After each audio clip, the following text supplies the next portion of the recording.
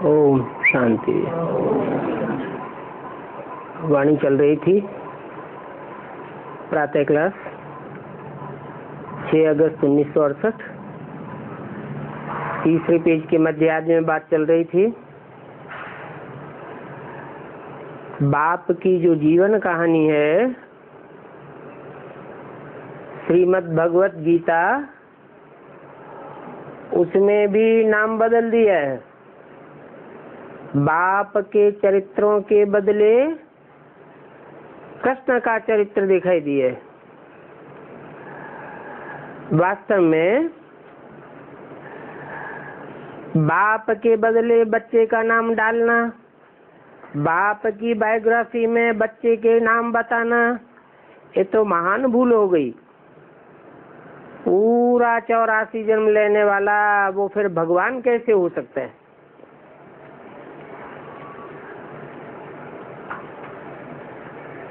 मना एक तो होता है हद के 84 जन्म लेने वाली आत्मा, वो तो ब्रॉड ड्रामा में 84 जन्म ले सकती है। और फिर एक होता है शूटिंग पीरियड में ब्राह्मणों की संगमयुगी दुनिया में कोई आत्मा बार बार जन्म मरण के चक्र में आती है, अर्थात निश्चय के चक्र में आती है। निश्चय हुआ बाप के ऊपर, माना बाप का बच्चा बना। निश्चय उखड़ गया, माना बाप का बच्चा मर गया। ये हुई बेहद की जन्म और मृत्यु के हिसाब की बात। तो उसमें कंपैरिजन है। बेहद का जो मनुष्य सृष्टि का बाप है, उसमें भी शिव परमात्मा प्रवेश करते हैं।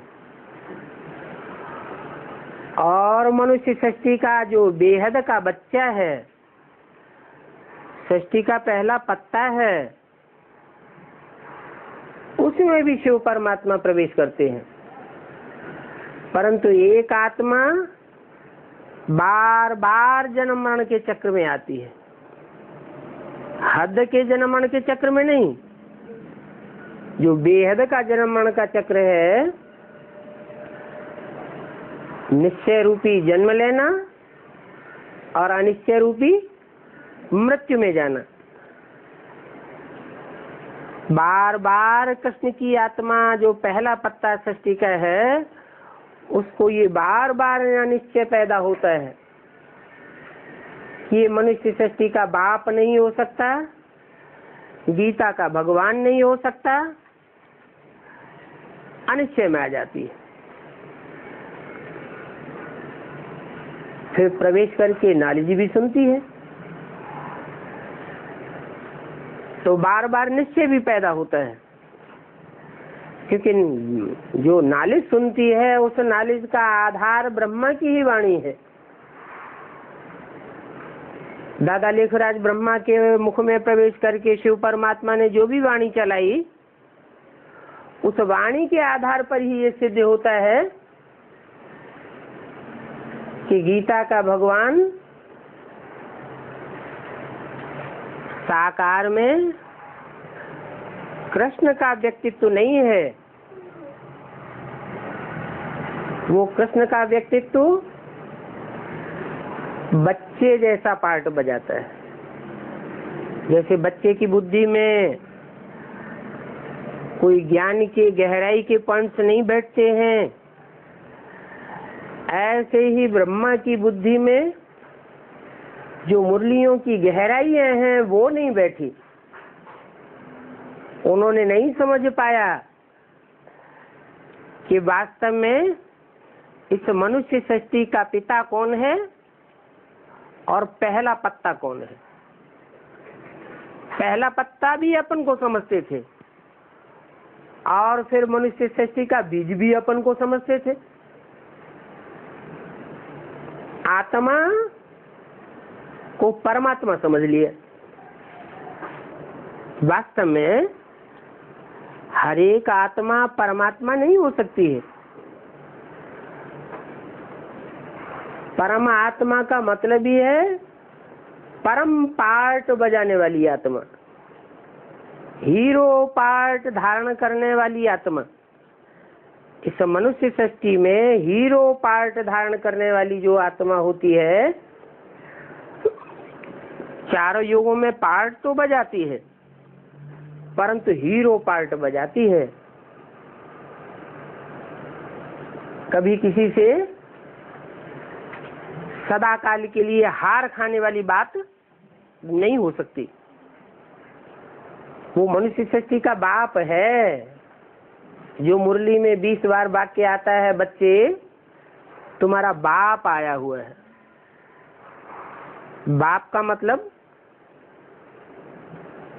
पॉजिटिव में भी बाप है और निगेटिव में भी बाप है, सतो प्रधानता में भी बाप है और तमो प्रधानता में भी बाप है।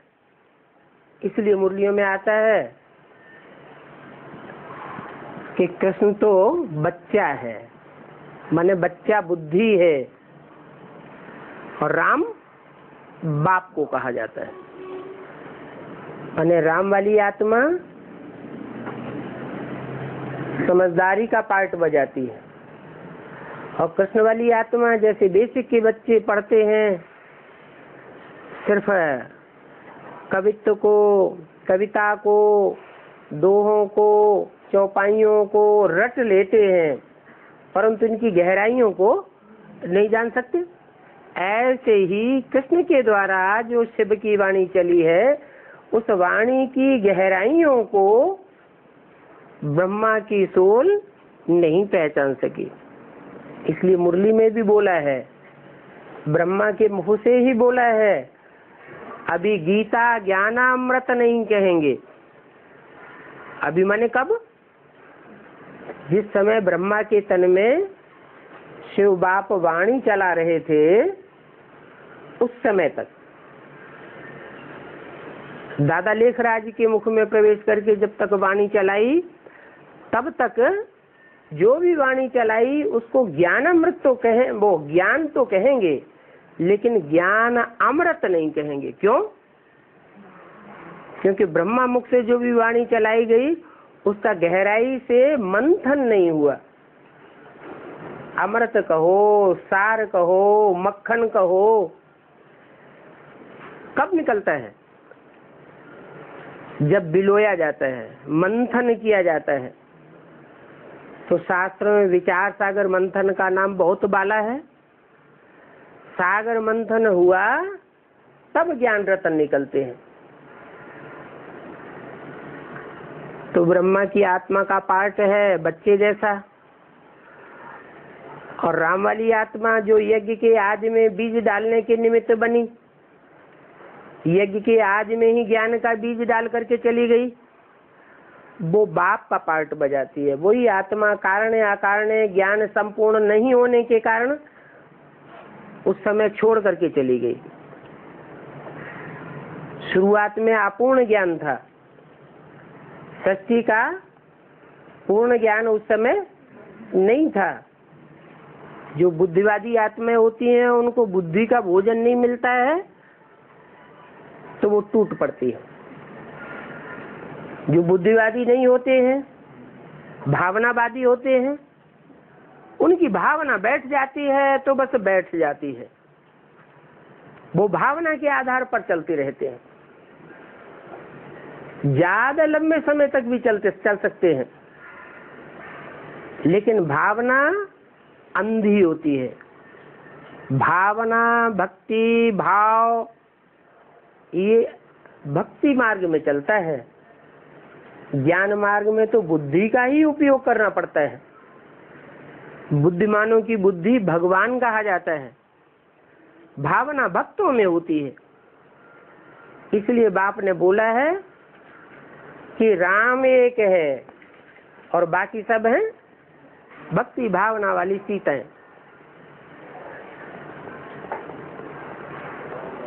शिव जिसमें मुकर्रर रूप से प्रवेश करता है, आदि से लेकर के अंत तक प्रवेश करके पार्ट बजाता है, वो ही बुद्धिमानों की बुद्धि साबित होता है। एक बाप और बाकी सब बच्चे। तो बोला कि पूरा 84 जन्म लेने वाला वो भगवान नहीं हो सकता, बार बार जन्म मरण के चक्र में आने वाला, बार बार निश्चय के चक्र में आने वाला, उसको बुद्धिमान कहें या बुद्धू कहें, बेसमझ ही कहा जाएगा।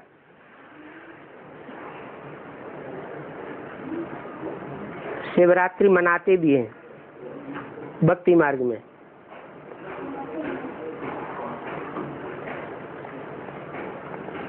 बेसिक नॉलेज में ब्रह्मा के बच्चे भी शिवरात्रि मनाते थे, परंतु कैसे आते हैं, कब आते हैं, आकर के क्या करते हैं, क्या करके जाते हैं, ये नहीं जानते। जैसे ब्रॉड ड्रामा में भक्ति मार्ग में 2500 साल महाशिवरात्रि मनाते रहे अंधश्रद्धा अंधविश्वास पूर्वक, ऐसे ही बेसिक में भी भक्तों की देखा दूनी शिवरात्रि मनाते रहते हैं। ये नहीं जानते हैं कि शिव कैसे आया, किस में आया और शिव कब आया, क्योंकि शिव के आने की तिथि तारीख तो किसी को पता चलती ही नहीं। शिव है ही परमात्मा, उनकी महिमा बिल्कुल अलग है। अब शिव तो ब्रह्मा के तन में ही बैठा था बोलते समय, ब्रह्मा के तन में ही बैठ करके बोल रहा है, तो उनकी क्यों कहा, मेरी क्यों नहीं कहा बोलने वाले ने? मेरी महिमा बिल्कुल अलग है ये नहीं कहा, क्या कहा? उनकी महिमा बिल्कुल अलग है। उनकी माने फिर ये अलग क्यों कर दिया? इसलिए कर दिया कि जो परम आत्मा का पार्ट है, आत्माओं के बीच में परम पार्टधारी है, वो बाद में खुलने वाला है। जब तक ब्रह्मा जीवित रहे, बेसिक नॉलेज में ब्राह्मणों के बीच में ब्रह्मा सर्वोपरि थे। ब्रह्मा ने ही उस बाप को नहीं पहचान पाया जिस बाप ने यज्ञ के आज में ब्रह्मा के सारे साक्षात्कारों का क्लैरिफिकेशन दिया। ब्रह्मा की बुद्धि में भी ज्ञान का बीज पड़ा, तो और दूसरे बच्चे कैसे जान सकते हैं? इसलिए बोला उस बाप की महिमा बिल्कुल अलग है जो आत्माओं के बीच में परम पार्टधारी है।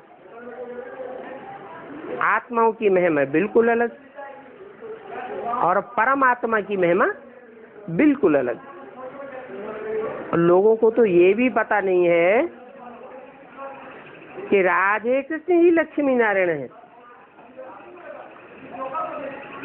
क्या गाते हैं कीर्तन में, हे कृष्ण नारायण वासुदेव, कृष्ण को, नारायण को, वासुदेव को एक ही आत्मा समझते हैं। फिर भी बुद्धि में नहीं आता है कि राधा कृष्ण बचपन का नाम है, बड़े होने के बाद उनका नाम लक्ष्मी नारायण पड़ता है। लक्ष्मी नारायण के दो रूप को विष्णु कहा जाता है।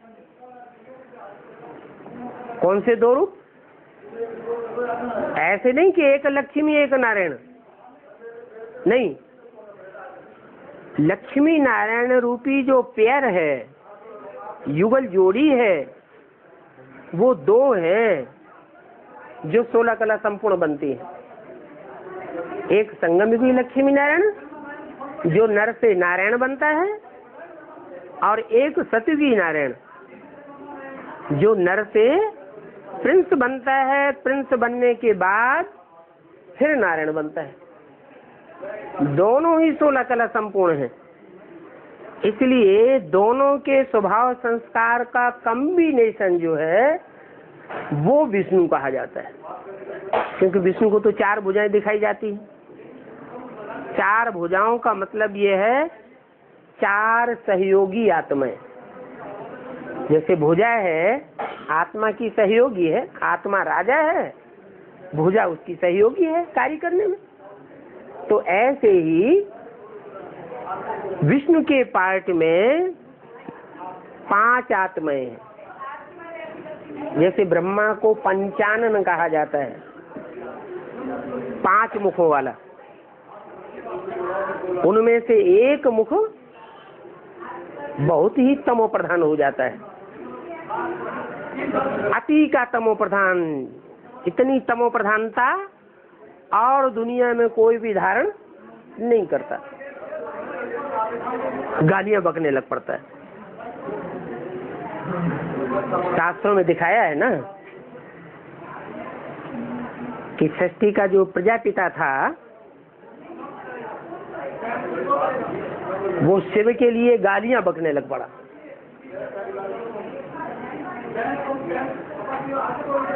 तो वीरभद्र ने आकर के उसका गला काट दिया। गालियां तो अहंकार में आकर के ही बकी जाती है। बहुत अहंकार आया, गला काट दिया, देह भान अलग हो गया। लेकिन यादगार तो बन गई। क्या यादगार बनी? जो अहंकारी होता है उसकी यादगार बनती है बकरा। बकरा क्या बोलता है? मैं ही हूं। तो परम पार्टधारी का मतलब यह है कि जो भी अच्छा बुरा पार्ट बजाने वाली आत्माएं हैं, उन आत्माओं के बीच में अच्छे में भी परम पार्टधारी और बुरे में भी परम पार्टधारी। वो देवताओं का भी बाप है और वो राक्षसों का भी बाप है, वो बापों का भी बाप है। तो बताया कि लक्ष्मी नारायण की महिमा बिल्कुल अलग है और बाप की महिमा बिल्कुल अलग। लक्ष्मी नारायण की महिमा में कहेंगे सर्वगुण संपन्न, 16 कला संपूर्ण, संपूर्ण अहिंसक, मर्यादा पुरुषोत्तम कहेंगे ना। ये तो देवताओं की महिमा है। भगवान की महिमा अलग होनी चाहिए या देवताओं जैसी ही होनी चाहिए? भगवान तो कलातीत है। सूर्य को कलाओं में नहीं बांधा जाता है, चंद्रमा को कलाओं में बांधा जाता है। चंद्रमा की कलाएं 16 कला संपूर्ण। तो जो भी देवताएं हैं वो 16 कला संपूर्ण होते हैं। भगवान तो कलाओं से भी परे है, कलातीत है। उसको गुणों में नहीं बांधा जा सकता। वो सिर्फ गुणों को ही अगर धारण करेगा तो उसे सृष्टि का विनाश और इसे सृष्टि में जो अवगुण धारण करने वाले बड़े बड़े राक्षस मरे पड़े हैं उनका विनाश कौन करेगा? देवताएं तो गुणवान हैं, वो तो विनाश कर नहीं सकते। देवताओं के गुणों में आता है संपूर्ण अहिंसक। भगवान अगर संपूर्ण अहिंसक बन जाए तो जो दुनिया में इतनी हिंसा करने वाले हैं, इतना बाहुबल चलाने वाले हैं, उनका विनाश कौन करेगा? भगवान ही आकर के हिंसक भी बनता है, उसको भगवान कहा जाता है। मनुष्य 5 विकारों के अंदर बंधा हुआ है, खुद ही विकारी है, कमजोर बन जाता है। देवताएं निर्विकारी तो हैं, परंतु वो संपूर्ण अहिंसक और संपूर्ण गुणवान है, इसलिए वो अवगुण का कार्य कर ही नहीं सकते और हिंसा का कार्य भी नहीं कर सकते। तो भगवान को ही वो कार्य करने पड़ते हैं। तो बताया कि देवताओं के गुणों में और भगवान के गुणों में तो फर्क है। ब्रह्मा विष्णु शंकर भी देवताएं हो गए,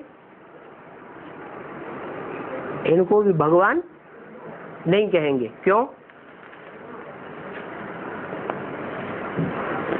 ब्रह्मा विष्णु शंकर देवताएं। ब्रह्मा कब देवता कहा जाता है? ब्रह्मा को तो दाढ़ी मूछी दिखाते हैं, तो दाढ़ी मूछ वाला देवता होता है क्या? फिर क्यों कह दिया ब्रह्मा विष्णु शंकर भी देवता है? ब्रह्मा भी संपूर्ण बनता है या नहीं बनता है? ब्रह्मा सो विष्णु बनता है कि नहीं बनता है? जब ब्रह्मा 100 साल का होता है तो ब्रह्मा भी संपूर्ण बनता है, और ब्राह्मण भी जब संपूर्ण बनते हैं तो उनको देवता कहा जाता है। इसलिए ब्रह्मा के संपूर्ण स्वरूप को देवता कहा है, अपूर्ण स्वरूप को देवता नहीं कहा जाता। विष्णु और शंकर ये भी देवताएं हैं, भगवान भगवान नहीं है। कोई कहे कि शंकर भगवान नहीं है तो फिर क्या है? क्या कारण है कि शंकर भगवान नहीं है? अरे शंकर भी तो याद में बैठा है, पुरुषार्थ कर रहा है, तपस्वी रूप दिखाया गया है। वो किसकी याद में बैठा है? वो भी परमपिता परमात्मा की याद में बैठा है। तो भगवान तो नहीं हुआ। भगवान तो ऊंचे ऊंचे गाया जाता है। बाकी राधे कृष्ण तो है प्रिंस प्रिंसेस, दोनों अलग अलग घराने के थे। क्या? एक सूर्यवंशी घराने का और एक चंद्रवंशी घराने का। कौन से राधे कृष्ण? सतयुग के। सतयुग में अलग अलग घराने होते हैं। सतयुग में तो एक ही सूर्यवंश होता है, वहां और वंश तो होते ही नहीं। तो ये संगम युग की बात है कि ब्रह्मा को फॉलो करने वाले ज्ञान चंद्रवंशी, उनमें से प्रिंसेस का नाम पड़ता है राधा। वो चंद्रवंशी राधा और ज्ञान सूर्यवंशी जो चंद्रमा के रीति रस्म रिवाज को फॉलो नहीं करते, ब्रह्मा के रीति रस्म रिवाज को फॉलो नहीं करते। किसको फॉलो करते हैं? ज्ञान सूर्य शिव के वर्षन्स को फॉलो करते हैं, डायरेक्शन को फॉलो करते हैं, किसी व्यक्ति को फॉलो नहीं करते। इसलिए वो हुए सूर्यवंशी। शिव जिस स्वरूप में मुकर्रर रूप से प्रवेश करता है, उस स्वरूप के द्वारा सूर्य के रूप में प्रत्यक्ष होता है। रघु माने ही सूर्य, रघुवंश कहा जाता है। रघुवंश कहो सूर्यवंश कहो, बात एक ही हो जाती है। तो रघुवंशियों में सूर्यवंशियों में शिरोमणि राम का नाम शास्त्रों में भी आया हुआ है। तो राम माने कृष्ण को जन्म देने वाली आत्मा। सतयुग में जो पहला पत्ता होगा, 16 कला संपूर्ण हिंसक मर्यादा पुरुषोत्तम, उसको भी जन्म देने वाला वो बाप है, वो सूर्यवंश का है। तो दो घराने अलग अलग संगम युग में होते हैं, सतयुग में नहीं होते हैं। यही लक्ष्मी नारायण का कंबाइंड रूप विष्णु बनता है। कौन? राधा और कृष्ण। जब इनके स्वभाव संस्कारों का कॉम्बिनेशन हो जाता है तो कहा जाता है विष्णु। बाकी 4 भुजा वाला कोई मनुष्य तो होता नहीं है। अगर कोई मनुष्य इस सृष्टि पर 4 भुजाओं वाला हुआ होता तो उसके कुल में भी 4 भुजाओं वाले मनुष्य पैदा होते। देवियों आदि को कितनी भुजाएं दे दी है। ये भुजाएं सहयोगी की यादगार है। माना देवियों के ढेर सहयोगी बनते हैं। जैसे रावण को ढेर की ढेर भुजाएं दी हैं, ऐसे देवियों को भी ढेर की ढेर भुजाएं दी हुई हैं। ये बातें समझने में समय लग जाता है, एक एक बात को क्लियर करके समझाना पड़ता है। जैसे किसी का भाई मर जाता है तो कहते हैं मेरी दाहिनी भुजा कट गई। अब भुजा कट गई माने कोई सहयोगी था, जो विशेष सहयोगी था वो चला गया। तो भुजा का जो उपमा है वो भाई के लिए दिया जाता है। पहले तो इन्हों को मालूम पड़े कि गीता खंडन होने से ही सब शास्त्र खंडन हो जाते हैं। ये सब डिटेल की बातें बाद में। पहली मुख्य बात क्या सिद्ध करने की है कि गीता में बाप के बदले कृष्ण का नाम डाल दिया। गीता है माता, गीता माता का पति अगर बच्चे को बनाए दिया जाए तब तो बड़ा भारी जुल्म हो गया। ये तमो प्रधानता कहें या सतो प्रधानता कहें, बुद्धि की तमो प्रधानता। आज रिजल्ट कलयुगी दुनिया में जो तमो प्रधान युग है ये देखा जाता है घर घर में। बाप कारण या अकारण अगर चला जाए या शरीर छोड़ जाए तो माँ के सर्वे सर्वा कौन बन करके बैठ जाते हैं? बच्चे बन करके बैठ जाते हैं। नहीं तो घर में माँ का राज्य चलना चाहिए। माँ का चलना चाहिए या बच्चे का चलना चाहिए? माँ का राज्य चलना चाहिए। लेकिन होता क्या है, घर घर में बच्चे जो हैं वो माँ के ऊपर काबिज होकर के बैठ जाते हैं। तो ये तमो प्रधानता की शूटिंग हो रही है ब्राह्मणों की संगमयुगी दुनिया में। क्या कि गीता का भगवान ब्रह्मा और कृष्ण की सोल को मान लिया गया है। ब्रह्मा कुमार कुमारी किसे भगवान मानते हैं गीता का? साकार में। उनसे पूछा जाए साकार में भगवान का स्वरूप कौन है तो क्या बताएंगे? है कहेंगे ब्रह्मा बाबा। अब ब्रह्मा बाबा अगर गीता का साकार स्वरूप है, गीता माता का साकार पति है,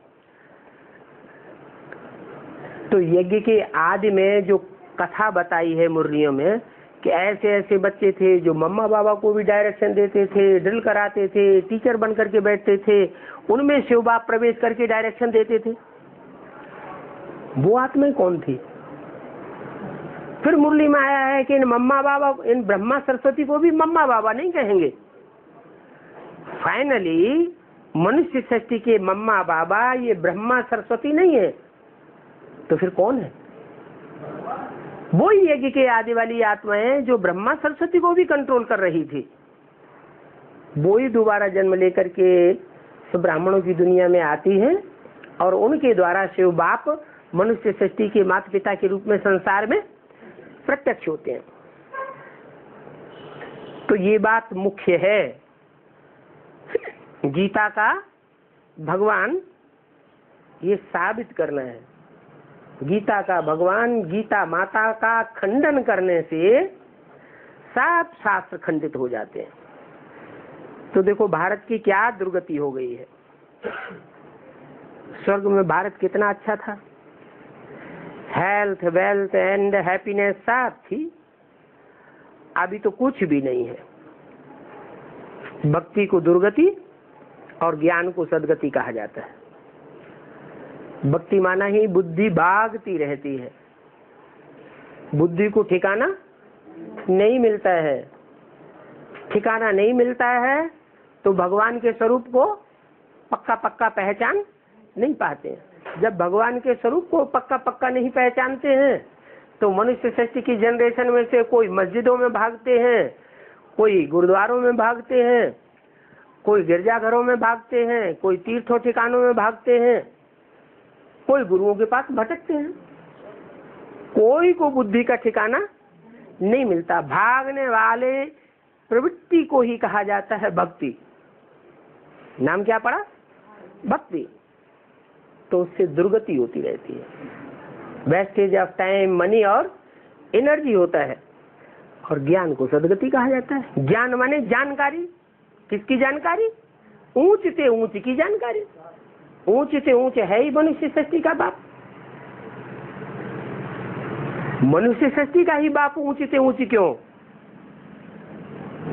और भी तो पशु पक्षी पतंगे हैं, कीड़े मकोड़े हैं। उनका बाप क्यों नहीं? वो आत्माएं नहीं है?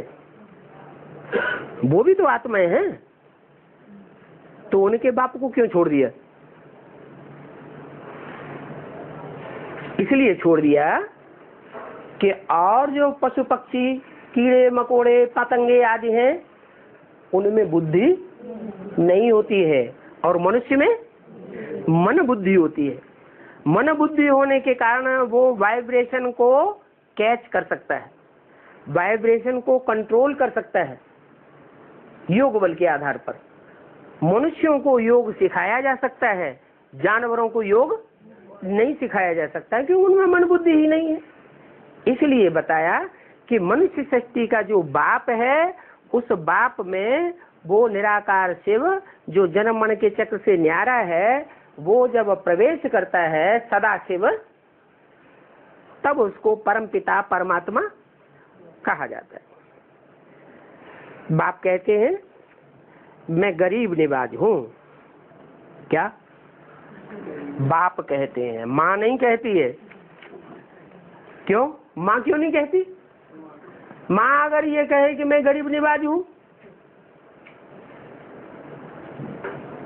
माँ तो ब्रह्मा है ना, बड़ी से बड़ी माँ कौन है? ब्रह्मा। और वो ये कहे कि मैं गरीब निवाज हूँ, भगवान गरीब निवाज है, तो लोग कहेंगे साहूकार हीरों के व्यापारी के तन में क्यों आया? फिर तो साहूकार में प्रवेश करना चाहिए या गरीब में प्रवेश करना चाहिए? भगवान को किसमें आना चाहिए? जब गरीब निवाज है तो किसमें आना चाहिए? गरीब में आना चाहिए। लेकिन आया किसमें? साहूकार में आया। तो ये तो बात साबित नहीं होती। इसलिए यहाँ बोला बाप कहते हैं। ये बात माँ नहीं कहेगी। क्यों? क्योंकि माँ तो आधीन होती है। माँ जो आधीन होती है वो तो अपने जीवन का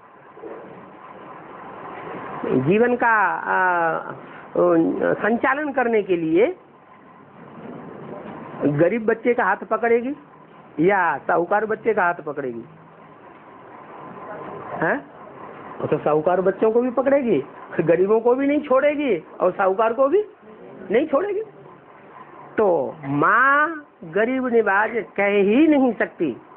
बाप तो समर्थ है, बच्चे साथ दें या न दें तो भी वो तो अपने पैरों खड़े होकर के कार्य करेगा, किसी के अधीन नहीं होगा। मैं आता हूं तब जबकि भारत गरीब बन जाता है। क्या?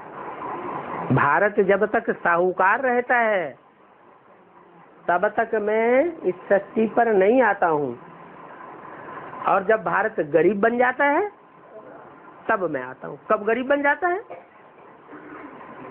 हैं? तब गरीब बन जाता है जब भारत का नाम बदल करके हिंदुस्तान पड़ जाता है। भारत भी अपने को हिंदुस्तान समझता है। भारत नाम खलास। भारत का अर्थ क्या है? भा माने रोशनी, ज्ञान की रोशनी, और रत माने लगा रहने वाला, इंगेज। क्या? काहे में लगा रहने वाला? ज्ञान की रोशनी में लगा रहने वाला।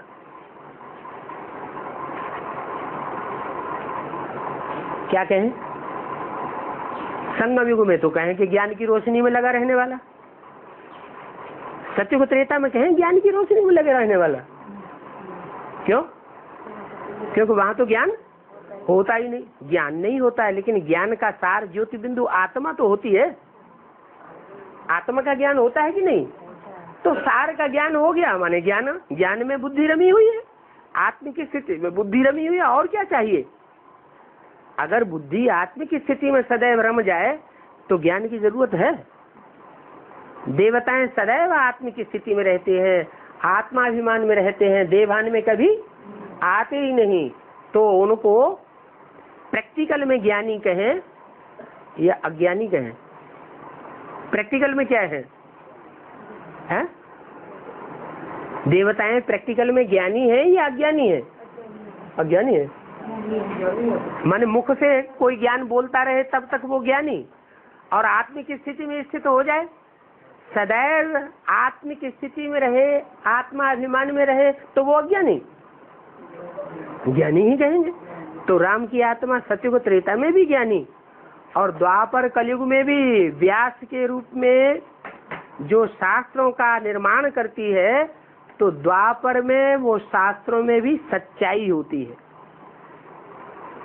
उस समय दूसरे कोई शास्त्रों का क्लैरिफिकेशन करने वाले, व्याख्या करने वाले नहीं होते हैं।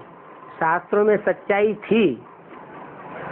दुनिया की हर चीज 4 अवस्थाओं से पसार होती है। कौन कौन सी 4 अवस्थाएं? सतो प्रधान, सतो सामान्य और रजो। तो शास्त्र भी 4 अवस्थाओं से पसार होते होंगे या नहीं होते होंगे? हैं? शास्त्र भी द्वापर के आदि में जिनका लेखन करने वाला व्यास कहा जाता है, वे माने विशेष रूप से, आस माने बैठ जाने वाला। जैसे बाप आते हैं तो बोलते हैं बाप बैठ, बच्चों को समझाते हैं। ये बैठ बैठ शब्द बार बार क्यों आता मुरली में? है क्योंकि ज्ञान का मनन चिंतन मंथन करने के लिए एकाग्र होकर के बैठना पड़ता है। तो द्वापर के आदि में ये जो भक्ति मार्ग की शूटिंग होती है, उसमें आत्मिक स्थिति तो नहीं रहती। राम वाली आत्मा की भी आत्मिक स्थिति रहती नहीं है, लेकिन वो आत्मिक स्थिति का प्रभाव फिर भी बना रहता है। कौन सा? जो संगम युग में प्रैक्टिस की है, वो प्रैक्टिस का प्रभाव बना रहता है। उस प्रभाव के कारण वो आत्मा आस माने बैठ करके जो मनन चिंतन मंथन करती है, उन शास्त्रों में भी सतो प्रधानता थी, सच्चाई थी। परंतु बाद में क्या हुआ? बाद में मनुष्य जैसे जैसे विकारी होता गया, विधर्मियों के संग के रंग में आकर के, वैसे वैसे बुद्धि विकारी होने से उन शास्त्रों का अर्थ भी विकारी होता चला गया। शास्त्रों के अर्थ की जगह अनर्थ कर दिया, उसमें विकारी बातें भर दी। उसका अर्थ जो होना चाहिए वो बुद्धि से निकल गया। तो कलयुग आ गया। कलयुग में तामसी बुद्धि हो जाती है। तो भारत जो सदैव ज्ञान में रत रहने वाला था, वो अज्ञानियों से लड़ते लड़ते लड़ते, विधर्मियों से लड़ते लड़ते लड़ते उसकी शक्ति क्षीण हो जाती है अंत में, आखिरी जन्म में आकर के। और जब शक्ति क्षीण हो जाती है तो वो भी तमो प्रधान अज्ञानी जैसा बन जाता है। और इतना तमो प्रधान अज्ञानी बनता है कि दुनिया में कोई भी आत्मा इतनी तमो प्रधान अज्ञानी नहीं हो सकती।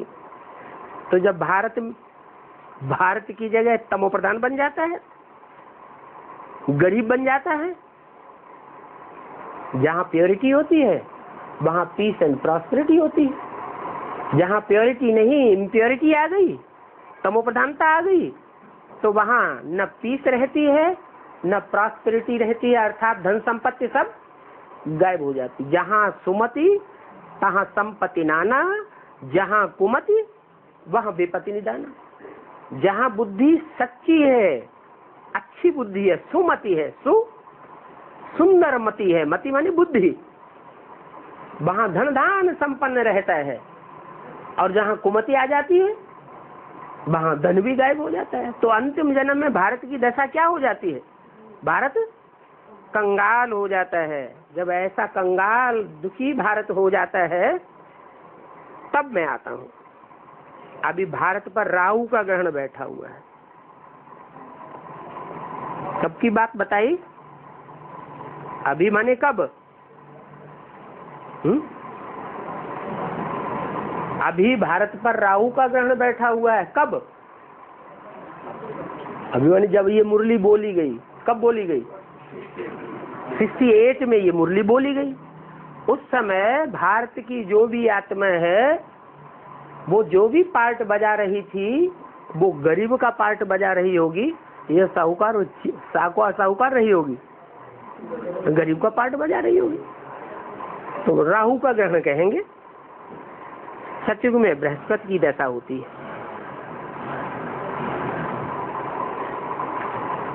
कलयुग में राहु की दशा बैठती है और सतयुग में बृहस्पति की दशा बैठती है। अभी कौन सा युग है? अभी न कलयुग है और न सतयुग है, दोनों का संगम है। कभी ऊंची स्टेज हो जाती है और कभी नीची स्टेज हो जाती है, कभी बृहस्पति की दशा और कभी राहु की दशा। कोई बाप है, उसका इकलौता बच्चा है,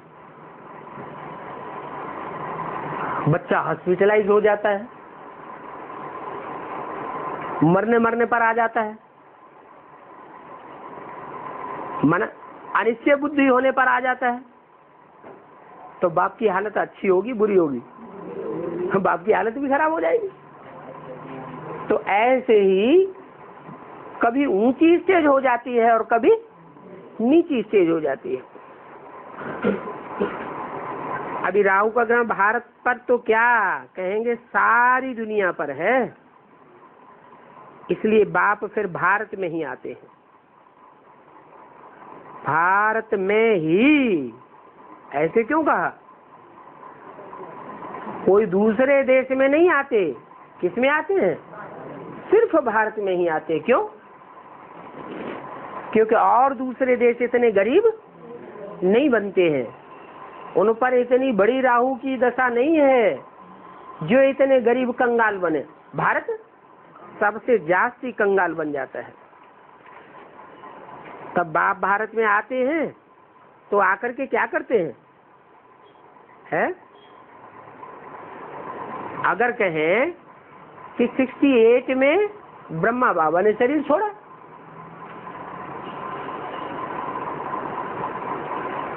अपनी भारतीय परंपरा में, सरकार में भी ये परंपरा है कि नोटों पर 3 शेर के निशान दिखाए जाते हैं। ये 3 शेरों के जो निशान दिखाए जाते हैं झंडे में, नोटों पर, तो किसकी यादगार है? ये 3 उन शेरों की यादगार है जिन्होंने इस संसार रूपी जंगल में ऐसी ज्ञान की दहाड़ मारी थी कि सारा संसार रूपी जंगल डोल गया था। गांव गांव में, शहर शहर में वो ज्ञान की दहाड़ की गूंज हो गई थी। अभी सारी दुनिया में ब्रह्मा कुमारी विद्यालय फैले हुए हैं, ज्ञान की गूंज हो रही है। तो ब्रह्मा को भी शेर का चित्र दे दिया है। ऐसे ही शंकर का भी शेर का चित्र और विष्णु का भी शेर का चित्र, ये तीनों कंबाइंड रूप में दिए हुए हैं।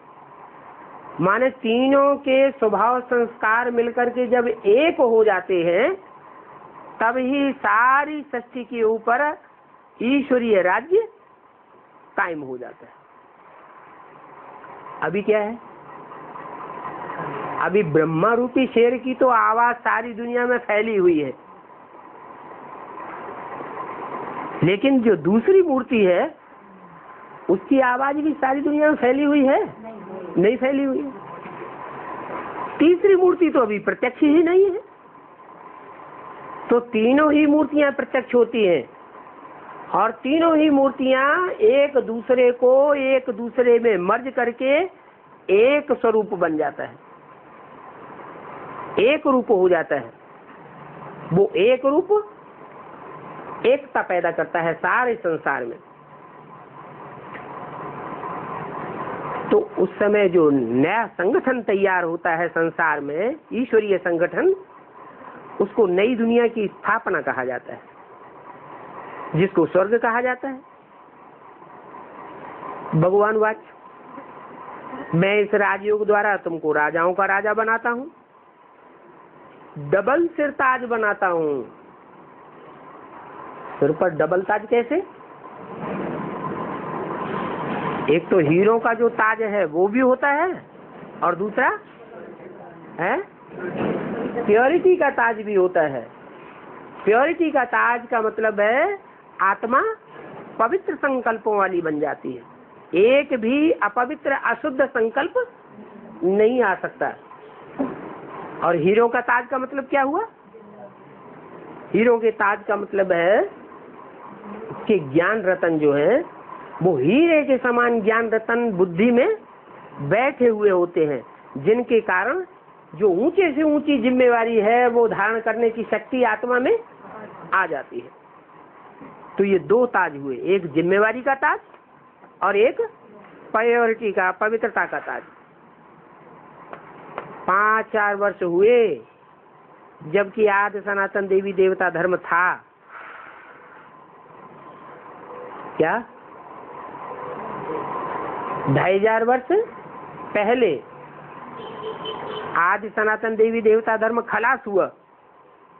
5000 वर्ष पहले आदि सनातन देवी देवता धर्म की स्थापना हुई थी।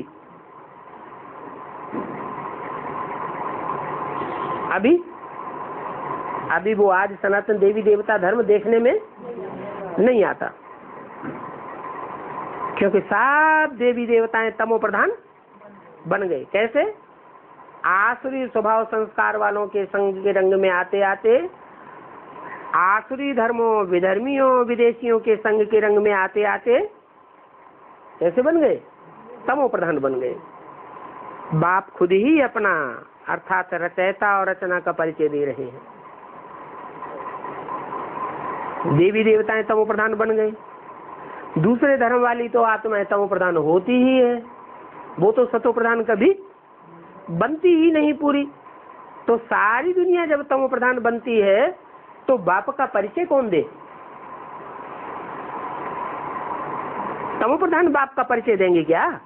बाप तो सदा शिव है, वो कभी तमो प्रधान रजो प्रधान भी बनता है क्या? नहीं, वो तो सदैव सत्य है। गॉड इज ट्रुथ कहा जाता है। भगवान तो सदैव सच्चा है, सत्य चित्त आनंद कहा जाता है। तो वो सत्य का परिचय कौन दे? सारी दुनिया में सब झूठे हैं या कोई सच्चा भी है 100% है? सारी दुनिया में सब झूठे हैं। तो झूठे झूठ की बात तो बताएंगे, सच्चाई की बात कोई बता ही नहीं सकता। तो फिर उस सच्चे बाप का परिचय कौन देवे? खुद बाप को ही सच्ची पर आना पड़ता है। वो आकर के सच्चखंड स्थापन करने के लिए सच्ची बात आकर के बताते हैं, अपना परिचय भी देते हैं और बच्चों को भी सत्य के आदि मध्य अंत का परिचय देते हैं। तुम्हारे पास प्रदर्शनी अथवा म्यूजियम में कितना जाते हैं, सत्य बाप का परिचय लेने के लिए जाते हैं ना, समझते थोड़े ही हैं, जाते तो है। प्रदर्शनी में भी जाते हैं, थोड़ा बहुत समझ के आते हैं, म्यूजियम में भी जाते हैं, लेकिन पूरी बात समझते नहीं। क्या नहीं समझते? सारा ढेर का ढेर ज्ञान समझाया जाता है। सृष्टि के आदि मध्य अंत का विस्तार में भी ज्ञान समझाया जाता है, एडवांस में भी कितना विस्तार का ज्ञान समझाया जाता है, लेकिन असली बात क्या समझने को रह जाती? बाप का पक्का 100% निश्चय आत्मा का परिचय किसी को नहीं मिलता। जिनको मिलता भी है, आज परिचय मिलता है और कल थोड़ा थोड़ा अनिश्चय में आने लगते हैं। समझते थोड़े ही हैं। कोई बिरले ही है जो समझ करके सारा कोर्स उठाते हैं, रचयिता को और रचना को जानते हैं। रचयिता बाप कौन है,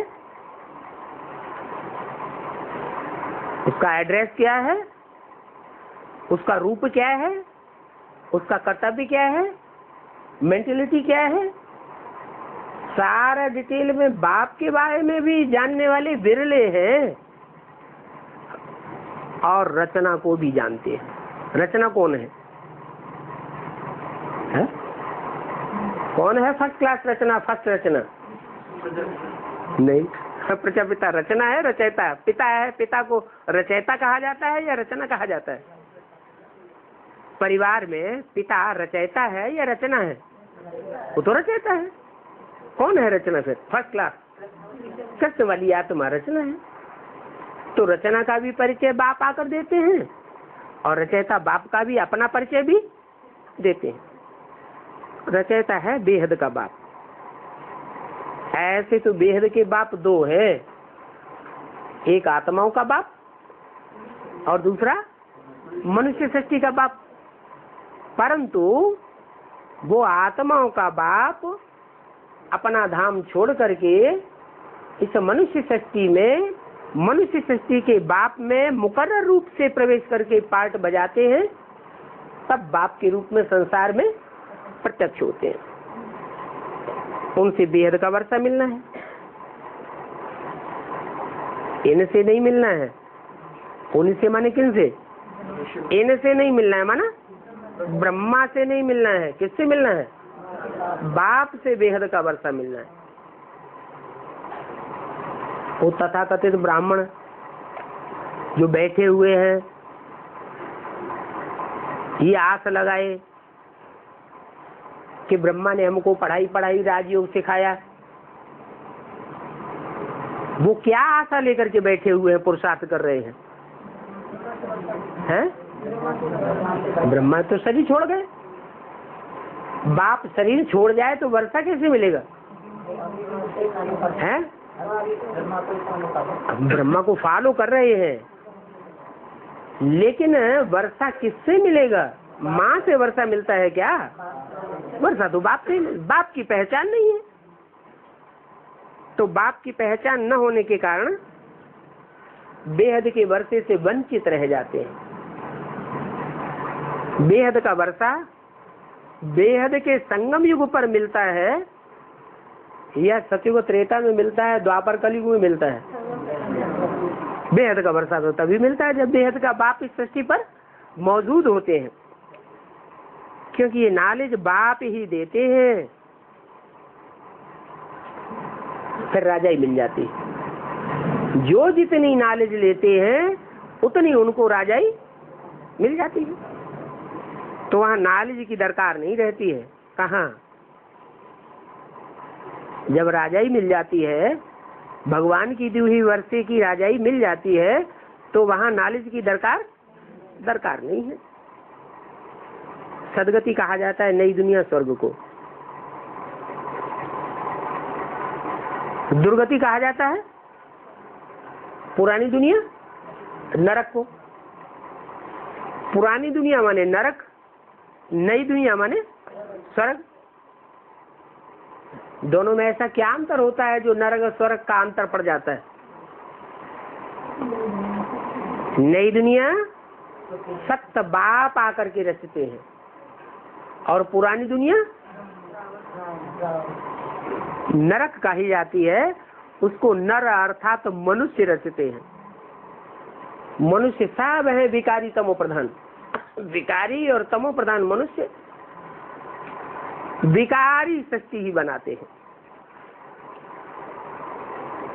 दुर्गति कहा जाता है पुरानी दुनिया को। बाप समझाते तो रहते हैं,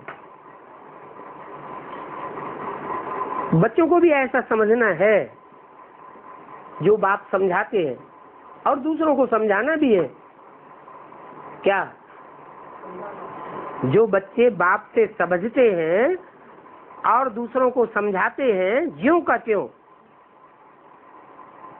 उसमें कुछ मिक्स नहीं होना चाहिए। मनमत भी मिक्स नहीं होनी चाहिए और मनुष्यों की मत भी मिक्स नहीं होनी चाहिए।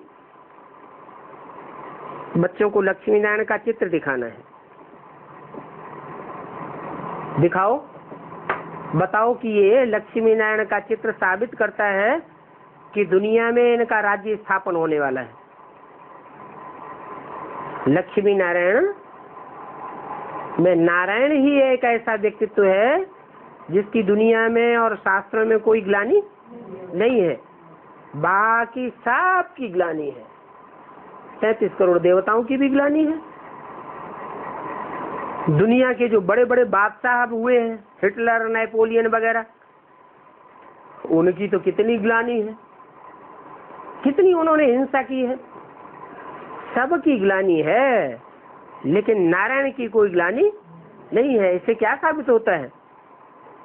इससे साबित होता है कि नारायण सतयुग आदि में विश्व के मालिक तो थे, लेकिन उन्हें हिंसा के आधार पर दुनिया के दिलों को नहीं जीता। उन्होंने प्यार के आधार पर, ज्ञान के आधार पर सारी दुनिया के दिलों को जीता था।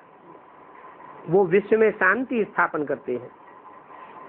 सारी दुनिया में काय के आधार पर शांति स्थापन हो सकती है? अहिंसा के आधार पर या हिंसा के आधार पर? अहिंसा के आधार पर सारे संसार में शांति स्थापन हो सकती है। आज सनातन देवी देवता धर्म का फाउंडेशन अभी नहीं है। जो अभी फाउंडेशन नहीं है, वो फाउंडेशन अभी बाप स्थापन कर रहे हैं। कौन सा फाउंडेशन नहीं है? फाउंडेशन माने जड़ें। वृक्ष होता है ना, तो वृक्ष में बीज होता है बाप, जड़ें होती हैं माताएं धरणी, और सारा वृक्ष खड़ा हुआ होता है, तना भी होता है, फिर बाद में ढेर की ढेर शाखाएं भी होती हैं। तो अलग अलग धर्मों की सारी शाखाएं खड़ी हुई है। अलग अलग धर्मों की धरणी भी देखने में आती है, और धर्मों की फाउंडेशन देखने में आ रही है, लेकिन देवी देवता सनातन धर्म का फाउंडेशन देखने में भी नहीं आ रहा है। क्या कारण होता है? कि ये पुराने से पुराना फाउंडेशन है। ये पुराने से पुराना फाउंडेशन सड़ गया। अभी बाप आकर के इस फाउंडेशन की स्थापना कर रहे हैं। क्या फाउंडेशन है? देवी देवता सनातन धर्म का फाउंडेशन क्या हुआ है? और धर्मों का जो फाउंडेशन रूपी जड़ें हैं वो देखने में आ रही है। जब से बरगद का वृक्ष होता है ना, तो जो मूल जड़ है वो नहीं रहती, और आजू बाजू की जड़ें रहती है। इसका मतलब ये हुआ कि जो और धर्मों की जड़ें विकारी जड़ें हैं, विभिचारी जड़ें हैं, विभिचारी धरणी रूपी कन्याएं माताएं हैं, उनका संसार में वर्चस्व फैला हुआ है। लेकिन जो आज सनातन देवी देवता धर्म की कन्याएं माताएं हैं, जिनके द्वारा स्वर्ग का गेट खुलने वाला है, उनका मटिया मेट हो चुका है। उनका संसार में कोई मान मर्तबा नहीं रहा। अब बाप आकर के वो फाउंडेशन स्थापन कर रहे हैं। क्या कहते हैं गुरु लोग? क्या कहते हैं और बाप क्या कहते हैं? भारत के गुरु कहते हैं नारी नरक का द्वार, और बाप कहते हैं इन नारियों के द्वारा ही मैं स्वर्ग की स्थापना करता हूँ। ये फाउंडेशन है। दुनिया उनको नीची नजर से देखती है, अपनी मुट्ठी में रखती है, और बाप उनको पूरा ही स्वतंत्र बना देते हैं। सारे विश्व की बादशाही उनके हाथों में सौंप देते हैं। ये विश्व में शांति स्थापन हो रही है। आज सनातन देवी देवता धर्म का फाउंडेशन अब नहीं है, अब स्थापन होने वाला है। बाकी हिंदू तो कोई धर्म ही नहीं है। हिंग माने हिंसा, दू माने दुईते, दूर करने वाले, हिंसा को दूर करने वाले। तो 2500 वर्ष से क्या दुनिया में देखने में आ रहा है कि कोई हिंसा को दूर कर रहा है? हिंसा दूर कर रहे हैं या हिंसा को बढ़ा रहे हैं? हिंसा को बढ़ा रहे हैं। कन्याओं माताओं के ऊपर तो और ही ज्यादा हिंसा हो रही। तो बाप आकर के उस हिंसा को नष्ट करते हैं और अहिंसा का राज्य स्थापन करते हैं। ओम शांति।